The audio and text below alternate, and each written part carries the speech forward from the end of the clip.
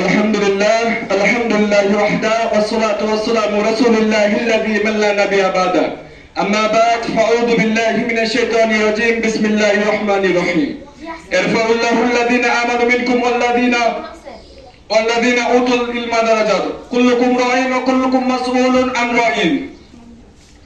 জামিয়া কাসিমুল মাদ্রাসার কর্তৃক আয়োজিত বার্ষিক বক্তৃতার সিমিনারের সম্মানিত সভাপতি ও অভিজ্ঞ সুদক্ষ বিচারক মণ্ডলী ও শিরোধার্য মাথার মুকুটুল্লাহ উস্তাদগণ ও আমার সামনে বিভিন্ন জেলা অসংখ্য গুত্র থেকে আগত ইলেন পিপাসিত ছাত্র ভাইয়েরা, সকলকে জানাচ্ছি আমার আন্তরিক মুবারকবাদ ও সালাম। আসসালামু আলাইকুম ওয়া রাহমাতুল্লাহি ওয়া বারাকাতুহু। শুরুতেই মহান রব্বুল আলামিনের দরবারে লাখো কোটি শুকর ও সুজুদ, যিনি আমাদেরকে অসংখ্য অগণিত অজস্র নিয়ামত দ্বারা নিত্যদিন ডুবিয়ে রেখেছেন, সুস্থতার সাথে দিনের ইবাদত করার মতন তৌফিক দান করেছেন, কোন রকম দোয়া দরখাস্ত কাকুতি মিনতি ছাড়া বিশ্বের কান্ডারি আখির নবীর উম্মত হিসেবে আমাদেরকে কবুল করেছেন। এর জন্য সকলে অন্তঃস্থল থেকে ওই মহান রব্বুল আলামিনের দরবারে শুকরিয়া আদায় করি, সকলে বলে আলহামদুলিল্লাহ। প্রিয় উপস্থিতি, আপনারা অবশ্যই অবগত আছেন আজকে আমাকে যে বিষয়বস্তু দেওয়া হয়েছে সেটা হলো কওমি মাদ্রাসার ইতিহাস অবদান। এই ছোট্ট পরিসরে অল্প সময়ের ব্যবধানে এই বিষয় ব্যক্তির উপর আলোকপাত করা একেবারেই অসম্ভব। তবু আমি আমার ক্ষুদ্র জ্ঞান থেকে মহান রব্বুল আলামিনের দয় বিষয় ব্যক্তির উপর কিঞ্চিত পরিমাণ আলোকপাত করার চেষ্টা করব, আমার তাওফিকে ইল্লা বিল্লাহ। প্রিয় মুহতারাম হাজিরিন, আসুন এবার আমরা কওমি মাদ্রাসার অবদান নিয়ে আলোচনা করি। কওমি মাদ্রাসার অবদান যদি আমাদেরকে জানতে হয় তাহলে শুরুতে আমাদেরকে ইতিহাসের পাতাকে উল্টাতে হবে। তাই তো ইতিহাসের পাতাকে অনুসন্ধান করতে দেখা যায় হযরত মুহাম্মদ মুস্তাফা সাল্লাল্লাহু আলাইহি সাল্লাম 610 খ্রিস্টাব্দে হেরা নামক গুহা প্রথমবারের মতন মহান আল্লাহ তাআলার বাণী লাভ করেন। তারপর প্রিয় সাহাবী আরকাম ইবনে আবির আরকামের বাড়িতে তিনি মাদ্রাসা প্রতিষ্ঠা করেন। এই দারুল আরকাম মাদ্রাসা ইসলামের ইতিহাসে সর্বপ্রথম মাদ্রাসা, যার উস্তাদ ছিলেন আমার আপনার কলিজার টুকরা রাসূল আকরাম সাল্লাল্লাহু আলাইহি সাল্লাম এবং তিনার ছাত্র ছিলেন আবু বকর, উমর, উসমান, আলী রাদিয়াল্লাহু তাআলা আনহুর মতো অসংখ্য আদর্শবান সাহাবা। তারপর তিনি মদিনাতে হিজরত করেন। মদিনাতে হিজরত করার পর তিনি নিজ হস্তে অসংখ্য অগণিত মসজিদ মাদ্রাসা নির্মাণ করেন, যার ধারাবাহিকতায় 1866 সালে ভারতের শাহজাহানপুর জেলায় প্রতিষ্ঠিত হয় দারুল উলুম দেওবন্দ। আর এই দারুল উলুম দেওবন্দের হাত ধরে ধরে বাংলাদেশে আগমন করেন 2011 সালে এই জামিয়া কাসিমুল উলুম মাদ্রাসা।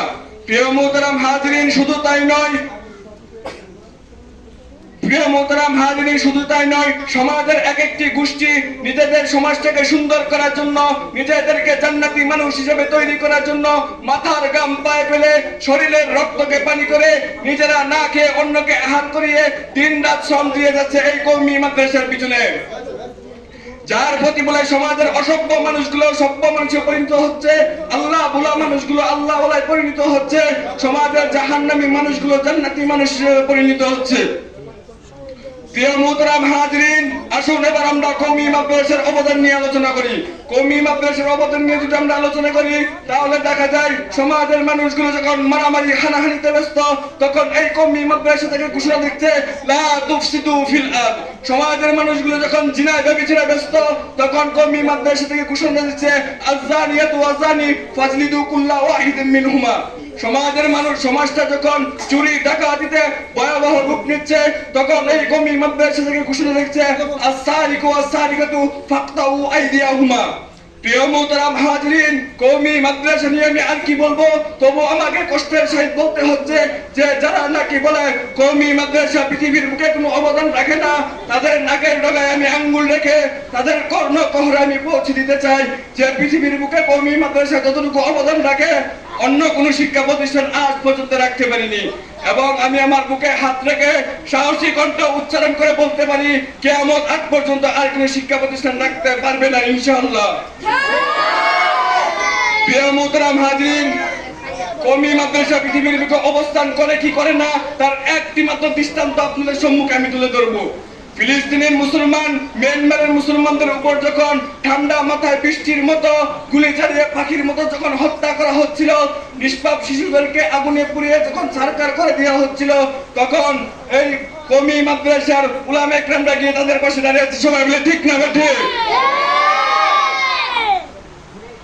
মুসলিম মুসলমানদের কান্নায় আর্তনাদে যখন পৃথিবীর বুক ভারী হয়ে যাচ্ছিল তখন এই কওমি মাদ্রাসার উলামা ইকরাম তাদের পাশে গিয়ে দাঁড়িয়েছিল। প্রিয় মোহতারাম হাজরিন, আমি আরো বলতে চাই, এই কওমি মাদ্রাসা কিনা যারা সমালোচনা করে তাদেরকে আমি ধিক্কার জানিয়ে বলতে চাই, এই কওমি মাদ্রাসাকে নিয়ে যদি দ্বিতীয়বার কোনো কটূক্তি করার চেষ্টা করা হয়, তাহলে টেকনাফ থেকে তেতুলিয়া, রূপসা থেকে পাতুরিয়া নতুন বালাকুটের ময়দান সৃষ্টি হবে। ঠিক না ঠিক? এই কওমি মাদ্রাসাকে নিয়ে আবার যদি দ্বিতীয়বার কটূক্তি করার চেষ্টা করা হয়, তাহলে শরীরের টকবক রক্ত নিয়ে, মাথায় কাফনের কাপড় পরে, আল কুরআন বুকে নিয়ে আমরা সবাই রাজপথে নামতে রাজি আছি সবাই, ইনশাআল্লাহ। হাজরিন, সময় অল্পতার কারণে সকলের প্রতি শ্রদ্ধা জানিয়ে আমি আমার বক্তব্য এখানে শেষ করছি। ওয়া আখির দাওয়ানা আলহামদুলিল্লাহি রাব্বিল আলামিন। আসসালামু আলাইকুম।